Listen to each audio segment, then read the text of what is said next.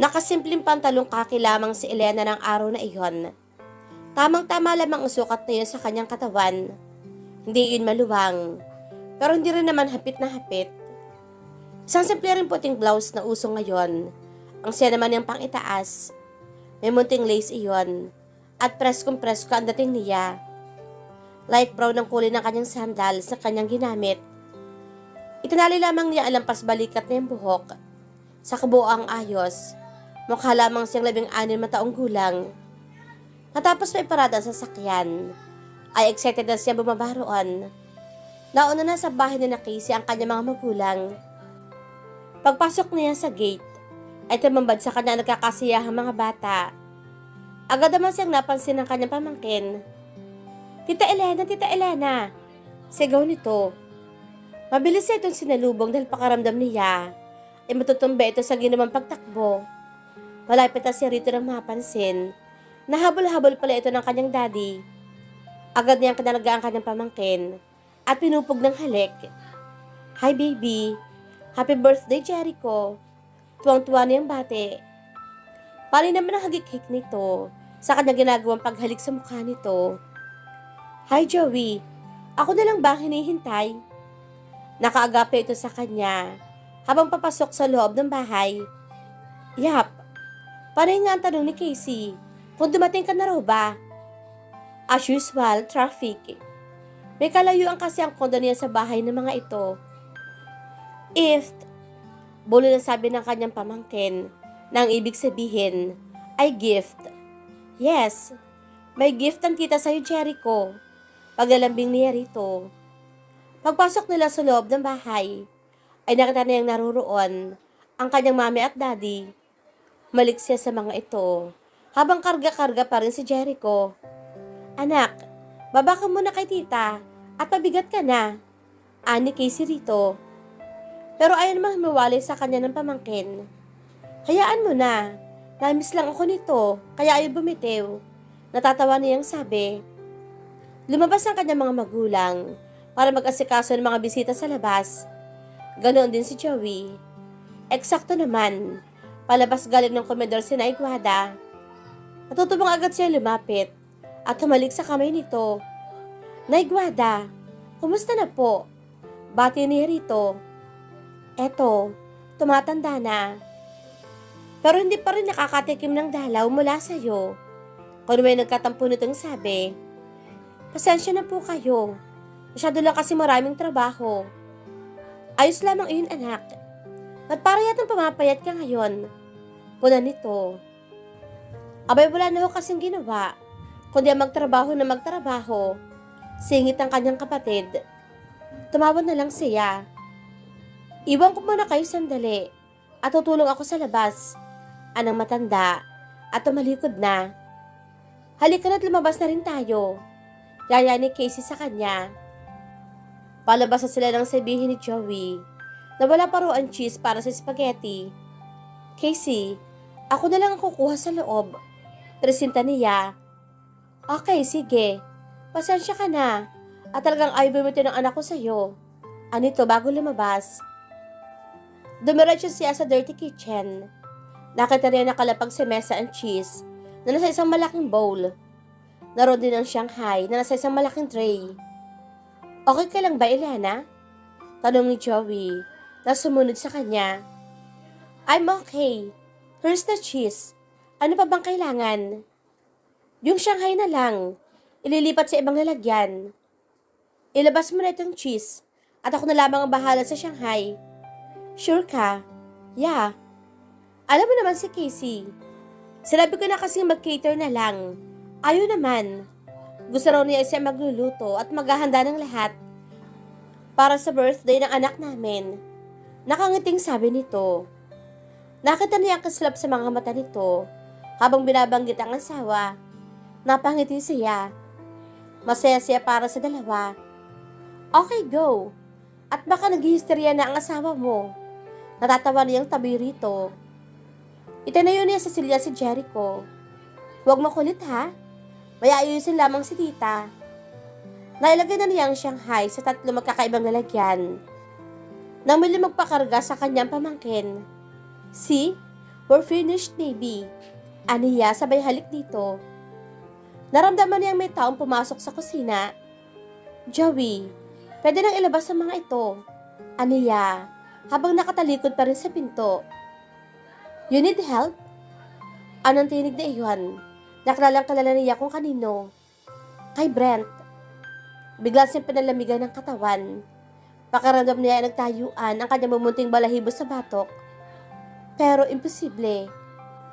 Milya-milya ang layo nila ng binata. Dagat ang pagitan nila. He couldn't be possibly here. Please, don't let it be. Pipiniyang dasal. Hindi naman sa ayaw niya itong makita. Sa totoo lang, hindi niya nakakalimutan ipagdasalan sana ay umuwi na ng tuluyan sa Pilipinas si Brent. Na sana ay hindi ito ma-in love sa Amerikana roon.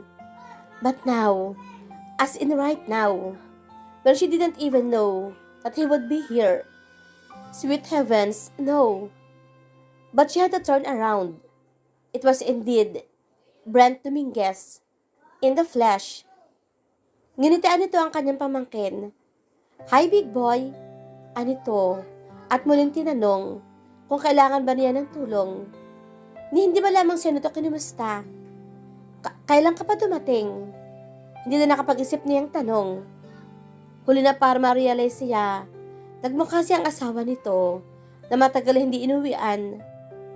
May nabasa siyang amusement sa sulok ng mga mata nito, but he didn't smile at all. I mean, hindi ko na kailangan ng tulong. Kaya ko na to. You can go back there. Sunod-sunod niyang sabi. Sa kagustuhan mapagtakpan, ang nauna niyang sinabi. So, pag ako ang nagtanong, if you need help, okay ka lang. Di mo na kailangan ng tulong. Paano kaya kung si Joey ang pumasok dito? Kasi mong inaasahan. Would you allow him to help you? Elena, makahulugan nitong tanong. Nagsalubong ang kanyang mga kilay. Bakit ba parang minahimigan siyang galit sa tinig nito? And what was with that? Joey issue. Bakit parang may ibang kahulugan ang sinabi nito? Sa tingin ba nito ay may gagawin siyang hakbang para masira ang pagsasama ng mag-asawa? Ganoon na ba kasama ang tingin nito sa kanya?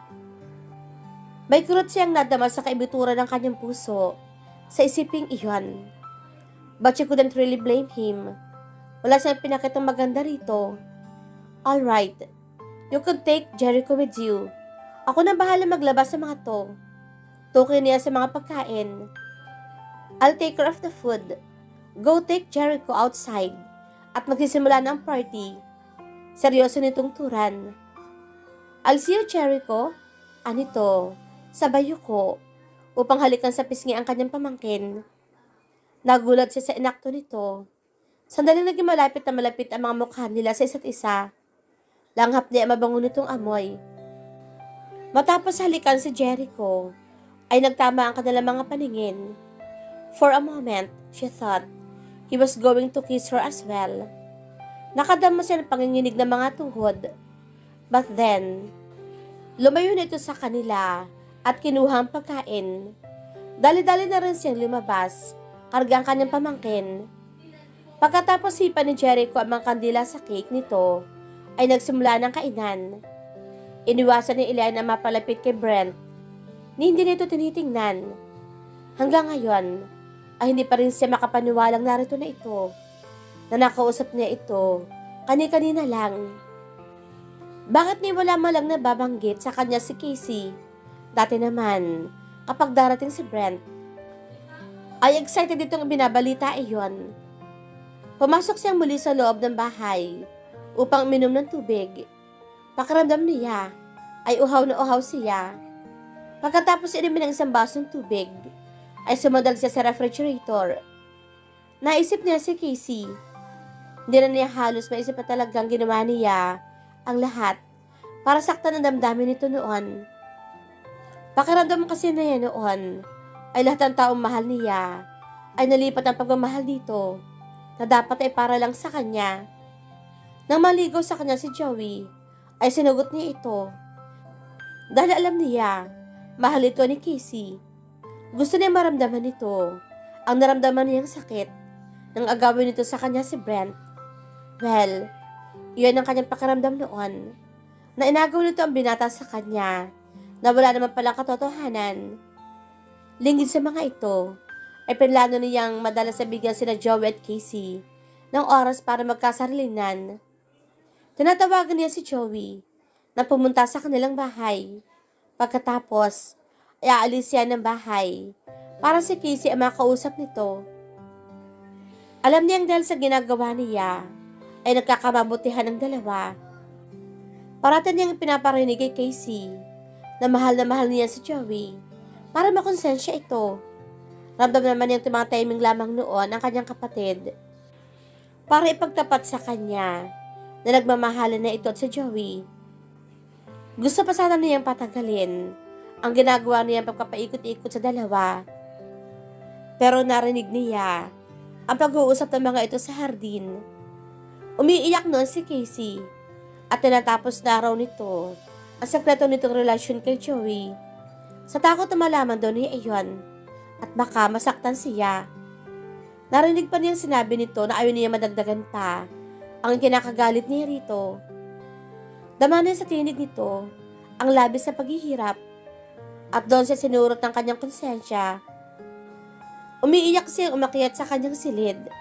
Doon ay humingi siya ng tawad sa Diyos sa lahat ng mga maling nagawa niya kay Casey. Kinaumagahan noon ay may kasal silang danaluhan na mag-anak.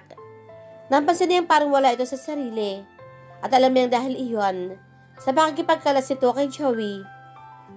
Papunta na sila sa restaurant kung saan gaganapin ang reception. Walang mapagparadahan ng kanyang daddy, kaya sa kabilang daan na lamang nito, ipinarada ang sasakyan. Nakita niyang parang malalim ang iniisip na tumatawid si Casey. Hindi nito napansin ang paparating na van.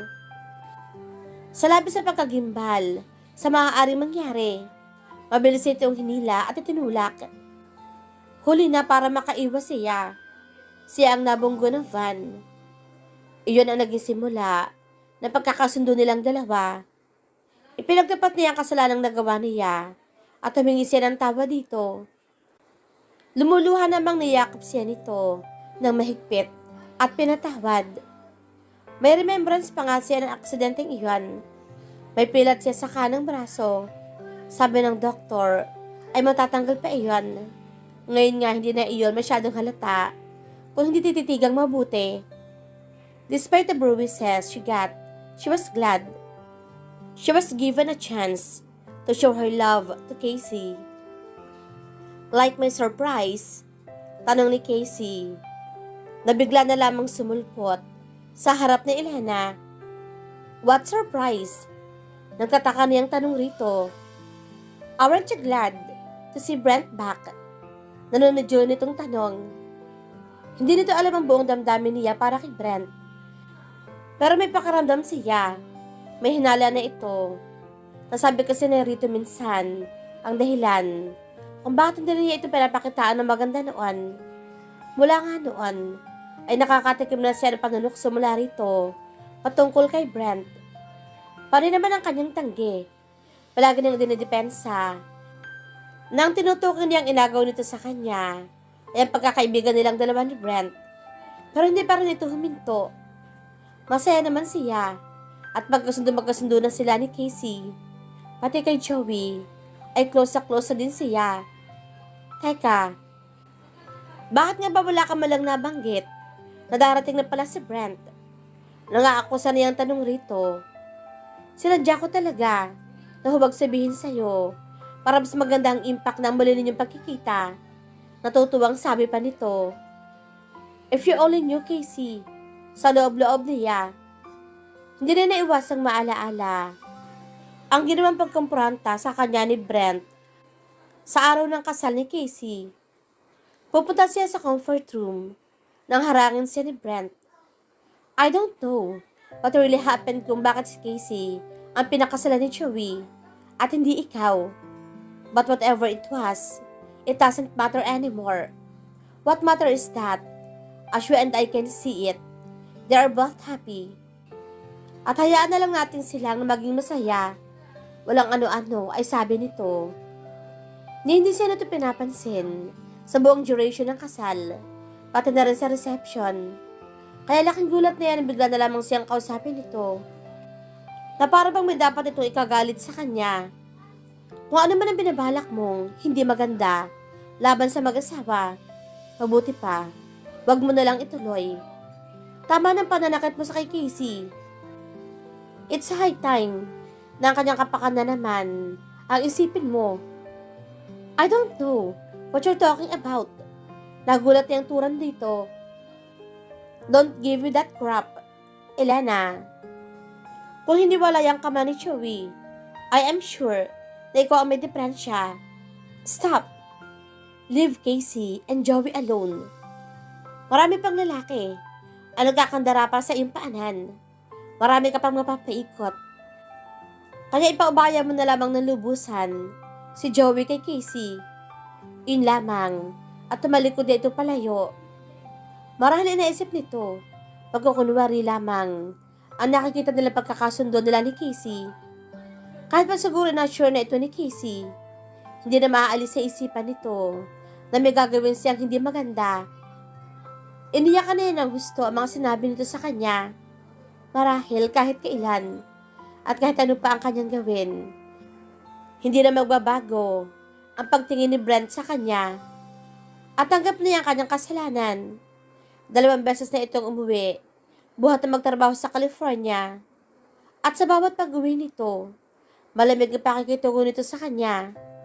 Kung hindi nga lang siguro malaki ang respeto nito sa kanyang ama at kapatid, ay hindi siya nito kakausapin at papansinin man lang. At sa bawat pag-alis ito sa California, pakiramdam niya ay ginagawa siya nito ng kasalanan. Binuksan niya ang kanyang wallet. Yun lamang maaari niyang angkinin ang larawan nito roon. Oh, ang layo na yata na narating ng isipan mo. Pukaw sa kanya ni Casey. Elena Marquez, will you stop daydreaming? I'm not daydreaming, okay? Ang gwapo niyan, no? Sino? Magmamaang-maangan ka pa. Pabakla nitong turan. Yun ang isa sa mga natuklasan niyang ugali nito. Kalug ito. At talaga namang palabiro. Kapag naisip niya mga panahon na sinayang niya, may panghinayang siyang nararamdaman. But it was useless to think of the past. Ang mahalaga ay magkasundo na sila ni Casey. Sino pa? Di si Brent? Okay lang. Gwapo naman siya noon pa eh. Tumawa ito ng tumawa. Di ngayon, umamin ka na. Patuloy na pangungulit nito. Mabuti pa ay lumabas na ako at baka hinahanap na ako ni Jericho. Aniya, sabay talikod na rito.